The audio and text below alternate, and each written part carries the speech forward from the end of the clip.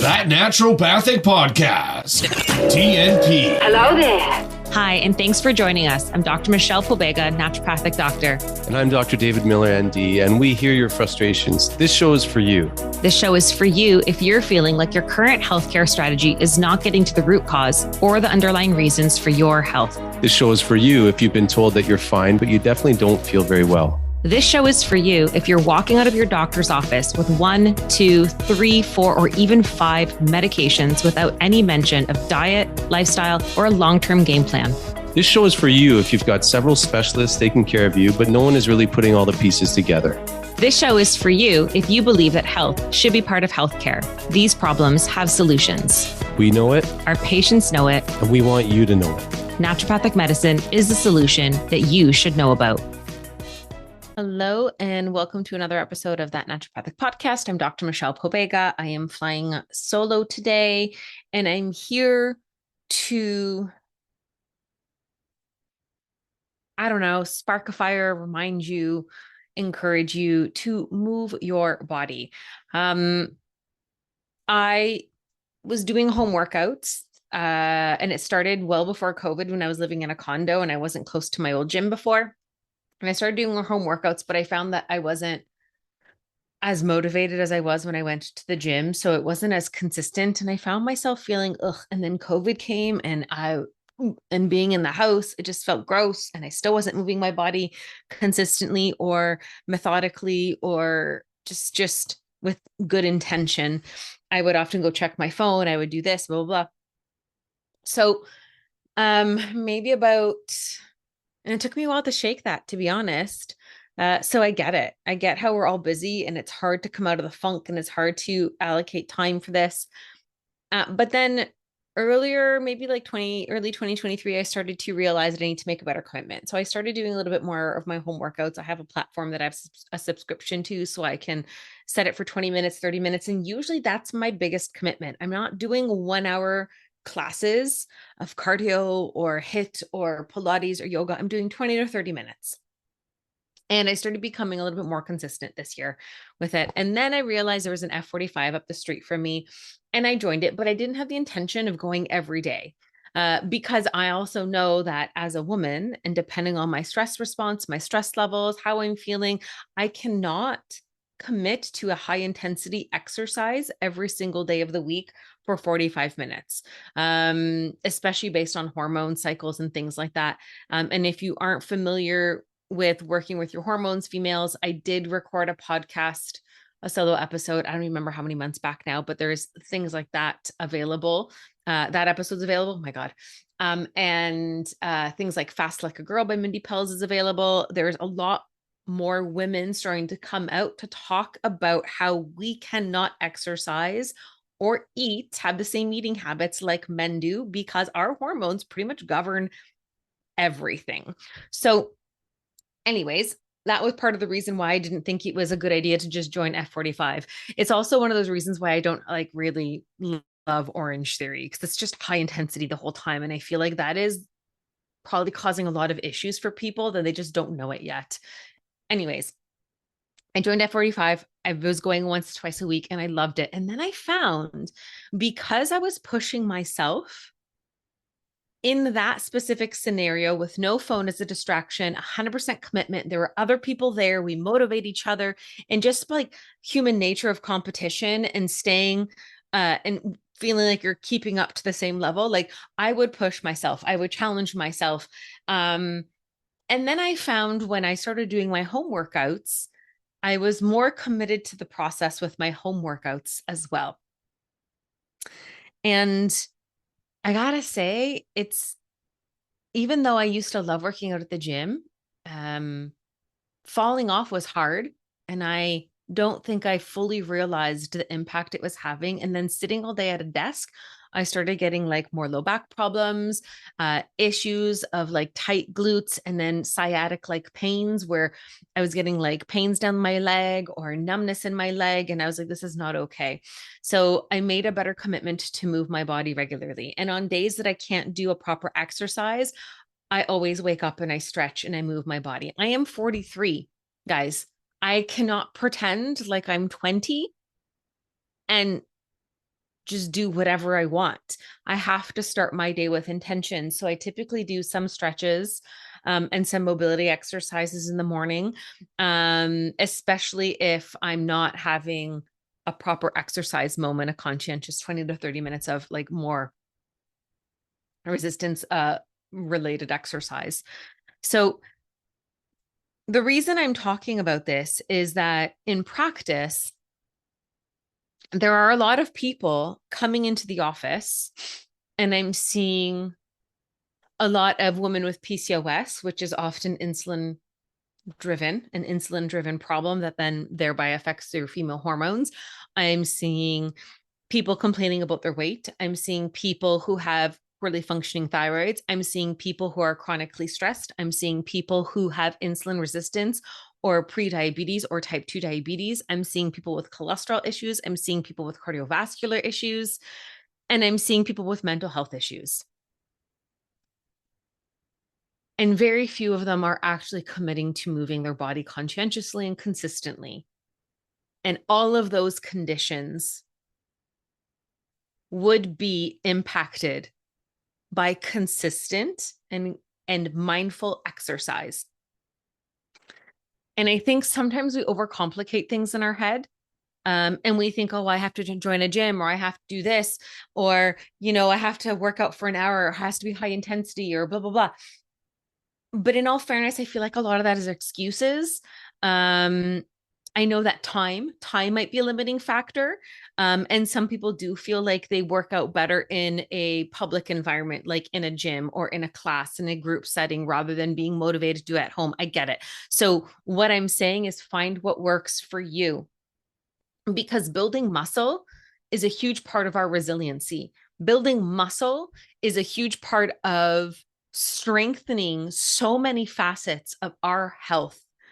And I find exercise and building muscle is a testament to mental strength, mental resiliency, because you have to challenge yourself to push yourself beyond just what is your level of comfort. And I find that in today's society, a lot of people don't like to move outside their level of comfort. They do not like discomfort.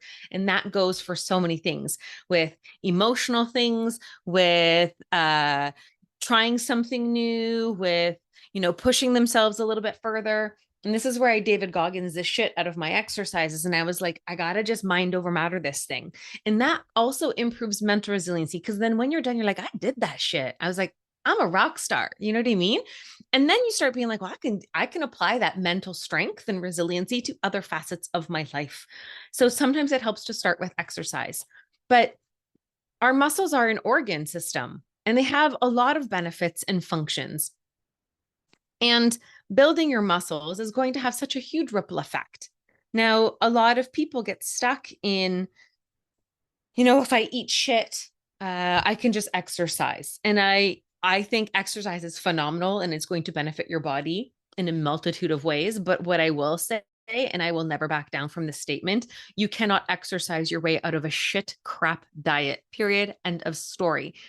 And I find that a lot of people use exercise almost as a punishment for what they ate. Oh, I ate a few more cookies, so I have to work out harder. And it's almost like you're beating yourself up for this, or it's a punishment because they don't like how their body looks. So they feel like and we're coming at exercise with a negative connotation, because we get really caught up in like maybe the physical external appearance of what we look like. And then we feel like we've got to like beat it down in an excessive amount to feel comfortable in our own skin. And I think I got caught up in that a little bit more when I was younger. But now when I think about exercise, I think about it as a celebration of what my body can actually do. And a celebration of my mental resiliency to challenge myself. And a knowingness that by giving my body this support, my body is going to show up for me tenfold in with so many blessings, and it's going to support me in so many different ways when it comes to my immune system, when it comes to inflammation, when it comes to blood sugar regulation, when it comes to back pain and aging, right? We tend to think of bones as static tissue, but they are not. And as we age, you know, we can start developing things like sarcopenia, which is like age-related muscle loss. And then we start getting frailty in our bones and osteopenia, and then possibly osteoporosis. And then there's more joint issues and stuff like that. And we need to be proactive to prevent a greater degradation in our structural support and health, so that we are not as frail and fragile as we get older. But it has to start creating a happy and healthy routine now to help circumvent that. Because once you're in that point of sarcopenia, you have to be far more mindful about how you begin to integrate exercise so you avoid any kind of damage.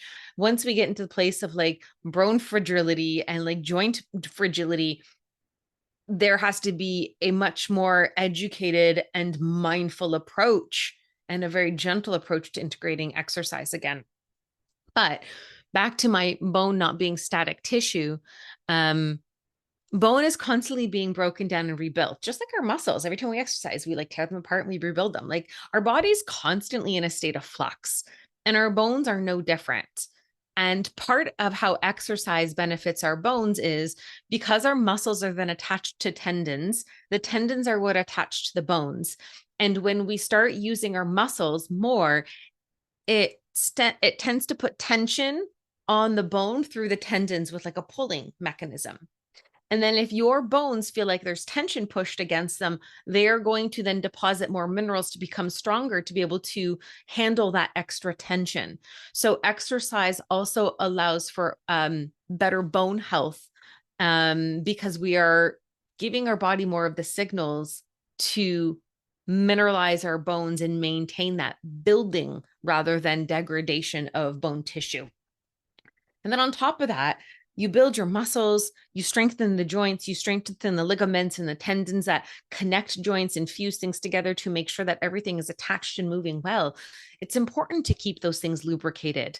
And as we get older, things get a little bit more, Tin Man from Wizard of Oz, and we start squeaking and creaking. So doing movement, gentle movement is important. And as we get older, when I was 20, I would just jump into a strength training exercises at the gym. I can't do that anymore. I have to make sure I give myself a warm up. And that's where my mobility and stretching comes in the morning to ensure that my joints are well lubricated and things begin to be mobile and warm, so they are better prepared for a proper challenge with a more conscientious rate resistant or body resistant type of exercise program.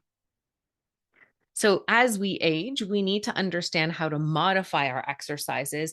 As women, we need to understand that we cannot just go hard for like an hour with a high intensity work and exercise class, like a HIIT class, or just run on a treadmill for 45 minutes to an hour every single day of our cycle. That is going to work against you. Also, if you are chronically stressed or if you have thyroid issues, exercise is extremely vital, but over exercising and doing only high intensity exercising is going to bite you in the ass. And I find that this is one of the most difficult conversations to have with people, where people come in and they over exercise. And sometimes I have women coming in being like, saying that they're doing 2 different classes a day. And I'm like, but you're not an elite athlete. No, you don't have a physical trainer. You don't have a massage therapist and an on-call physiotherapist. You don't have a dietitian. You're not maximizing your rest. You're running around with your like a chicken with your head cut off, chasing your kids, and you're getting minimal amount of sleep. You can't afford to be doing 2 exercise classes a day because your body's already in a chronic state of stress. And now exercise, even though it's a positive stress, too much of a good thing is too much of a good thing. And over exercising is then going to become a negative stress. And an excessive amount of high intensity exercising is going to become a negative stress. And now you're just shooting yourself in the foot, and you are further depleting your system. Same thing with thyroid. Weight resistance training and things like that are really fantastic to build metabolic health and improve thyroid function. All those things, you're going to benefit from this, but you can't just go hard. You have to learn how to work with your body. And I find that is a really big missing piece in people's headspace when it comes to exercise. And women come in saying, oh, I need to lose weight. And then they over exercise and they're burnt out. And then I'm telling them to exercise less. And they do not, it's like, we don't know how to compute that, because we've been fed a lot of lies about exercise. We think, oh, calories in, calories out, it's no big deal. And a lot of exercise programs are based on men's physiology. They are not working with the female rhythms. So then we expect our bodies to show up for us based on these studies that are based on men. And then we don't take into consideration all these other hormones, like in your endocrine system, like your stress response, like your thyroid, like your female sex hormones, like insulin, and all these different things that actually have a really profound impact and are going to either be jeopardized or affected or influence your body's ability to work out. And doing the wrong thing is, even if it's exercise and you think you have the best intentions, doing it incorrectly, doing it too intensely, and for too long could very well be kicking you in the ass, guys. So anyways, be smart about your exercises. As you age, make sure to give yourself a warm up, make sure to stretch, make sure to lubricate those joint tissues and get your body warm enough to begin to take on something a little bit more intense. Now, part of why this has become even more on my radar is because, unlike medical doctors, as naturopaths, like Dr. Dave and I have discussed, is that we tend to like to run insulin to assess insulin resistance and begin to catch upstream prediabetes or diabetic tendencies and insulin resistance. When you build muscle, it helps insulin resistance. So for instance, there are these things called GLUT transporters. So basically like glucose sensitive transports, or glucose transporters, sorry. And in our muscle tissue, we have various glucose transporters. And these are these vessels that have to go to the cell membrane to then allow glucose into the cell. So that's why it's called a transporter. And it basically allows for glucose to be taken into the cell across the plasma membrane of the cell. Now, in muscles, there's a lot of GLUT4 specifically transporters. And there is a lot of insulin stimulated glucose uptake. It's actually the rate limiting step for the movement of GLUT4 from inside of a muscle cell to the actual plasma membrane. And the movement of GLUT4 is due to one ways GLUT4 goes up to the surface is because of the response to insulin. There's a lot of other chemical reactions and stuff that happen. But then once GLUT4 is at the plasma membrane, glucose can then have an influx into the muscle cells. By exercising and building, not just exercising, by building muscle, we can increase GLUT4 related mass, which then enables, with the signal of insulin, more GLUT4 transporters will then be available at the plasma membrane level to allow an influx of glucose, which then allows us to use glucose more effectively and manage our blood glucose levels. The other thing that's really interesting is that exercise can also just stimulate GLUT4 translocation to the plasma membrane and in turn take up glucose uptake independent of insulin by just exercising. So exercise is an important regulator of glucose metabolism and uptake, and it's considered therapeutic for insulin resistance and type 2 diabetes because exercise stimulated glucose uptake can be maintained during insulin resistance. So this little tidbit likely is why her Jessie Introspe, I think that's how you say her last name, Glucose Goddess. I tell a lot of my patients to look into her.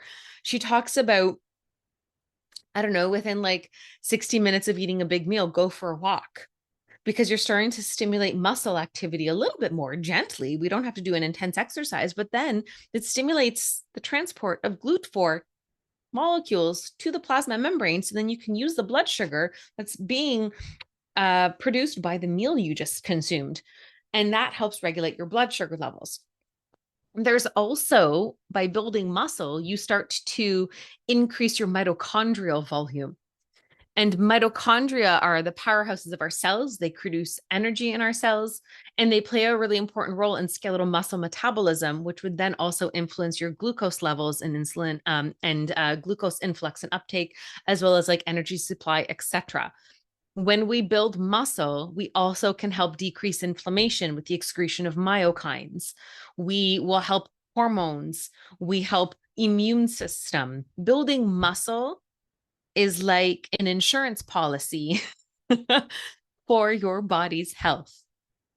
And just running on a treadmill, albeit cardio is very helpful, but you should not be just doing cardio, because you need to build muscle in weight training, resistance training, even body weight exercises are all going to help you build muscle. When I recently injured my shoulder and I had to take a pause from the F45 because they often do very dynamic full body exercises and a lot of stuff is happening overhead and my shoulder couldn't take it. So I modified my exercises at home so that I didn't have to use the weights, and then I can do less upper body stuff or modify the types of upper body movements and then just really work more lower body, core, things like that. And then when I did start using my arms more, I actually did it without any kinds of weights and just doing various things to ensure that I wasn't irritating the tendons, I wasn't stressing things out in my shoulders, but also still actively thinking about the muscles I'm engaging in slow and steady movements and doing some repetitious stuff and then adding light weights. Because I felt like I just needed to give my body a chance to recover and build back in. But sometimes my exercises would just use body weight and I didn't need weights. And I still felt like I'd work a sweat up and get the right exercise and get the movement my body needed. So what I would say is, you know, as someone who sits at a desk all day, seeing patients, and then is at a computer charting files, and then is at a computer to record this podcast as Zoom, and then we sit on the couch and we do this, I am actively making a point of exercising. And like I said, my commitment is maybe 20 to 30 minutes a day. If you're new to exercising, don't just start with weights. Just, you know, something like lunges, squats, push-ups, planks, like that can go a long way when you're starting to introduce something that challenges your muscles in a new way. And if you're new to exercising, I would highly suggest that you work with a trainer to understand how to do things correctly so that you can avoid injury. And then once you understand how to do things correctly, then maybe you can start being a little bit more independent about your exercises. But please avoid injury. Don't go from zero to hero, you guys, and change it up. Like sometimes I do resistance training, and sometimes I feel like based on where I am in my cycle, I'm doing more yoga or Pilates. Sometimes I'm just going for a walk. Sometimes I'm doing like a full body workout that also does a little bit of like blended with some cardio in there, but it also uses weights. So I'm still doing like resistance training, and I'm engaging more than one muscle at a time to really activate a lot of different synapses and things going on in my system. So that's my little spiel about exercise. And I just feel like we don't approach it the way we're supposed to. We almost approach it as if it's punishment for our body, or we approach it because of a sense of vanity. And if that's what gets you to the gym, that's fine, but make your exercise correctly. But we think that we can just exercise our way out of a shitty diet. We think that it's punishment because we ate too much, or we feel fat, or we feel whatever. And then sometimes we approach it because we just think more is more, and we over exercise, and then we screw up our hormones. And then we can't figure out why we're always sick, or why our hormones look crappy, or we're gaining weight, or our thyroid isn't working well. We have to honor the body, and we have to listen. And I would say 20 to 30 minutes, even if it's 2 to 3 times a week of actual resistance training. And in between that, you might just make sure to go for like a 20-minute walk after your lunches or something. But people, please, please, please move your body. I'm seeing too many conditions coming into the office that could be much more easily managed if people would just make a commitment to move their body. I get it. This world is psychotically crazy and it's so busy. And sometimes it is hard to factor things in, but I find that most of us are wasting time watching Netflix. Most of us are wasting time scrolling Instagram or whatever. If you don't have kids, then I would say sneak it in first thing in the morning before you have to head out the door. 15 to 20 minutes, do something, get in there, get in the zone, move your body, and then you'll probably find that the rest of your day, your mental clarity, your mood, your energy levels are better, and then your sleep's going to be better at night, and then that further just spills over to the day and you're feeling even better again. If you have kids, then I'm not sure how you guys want to negotiate that with you and your partner, and to make sure you both get time to be able to commit to your physical activity, your physical strength, and your resiliency. But I encourage you guys to have those conversations to find out how you can support each other in this. Humans are not meant to be stationary. Without movement, there is not a good quality of life. Everything needs to move. Our organs need to move, enzymes and things need to move, our bodies need to move. Everything needs to move for life to work at its most optimum, and humans are no different. Move your body. That's it. All right. Hope that sparked a fire under someone's butt. And I don't know, sometimes I wonder if I just start going into a weird ramble. So like, I don't know, let me know. But guys, small commitments, don't make it more complicated than it needs to be. Just start moving your body. And if you don't know how, the internet is an incredible hub of information. Don't just go to Joe Schmo. Look up some people who are very well established to find out how to do certain movements correctly. There's a lot of those types of things available online. You don't always have to get a personal trainer, but if you're really, really like feeling like, I don't know what I'm doing, please get a personal trainer. Do it correctly, but move your body. Love your body, celebrate what it can do, and support your body's ability to show up for you the way you actually want it to and the way it is actually meant to. So many diseases of modern day society are a consequence of shitty lifestyles, sedentary lifestyles, poor dietary choices, poor hydration. We need to do better. And this world and this society seems to just like to keep us busy. And then we all wonder why we keep getting sicker. And then we're exposed to so many pollutions and pollutants in our food and our water and our air, et cetera. It's unbelievable. So we actively have to start making choices that are different. We have to actively make choices to honor our systems and honor our body. We have to actively make choices that are in our best interest. Maybe we can shift how society approaches life if we all just start choosing differently and start choosing better, because the majority, it can win. We need to stop catering to the 1% to 2% who seem to be making decisions for everything. They do not speak for me. I get to control my life. And that means I'm going to conscientiously make a choice to move my body, eat cleaner foods, make better choices when I go to a grocery store, drink clean water, get a good filter, reduce my chemical exposure, not shop at Sephora because it's absolute garbage. These are the choices you can make. And if we all started making these types of choices a little bit more, there would be a shift, an incredible shift. But it starts with you as an individual. So for you and your health, start making different choices, move your body, find a frame of time that you feel like you can commit to, and just schedule it into your calendar. Commit to it. Love your body, love your health.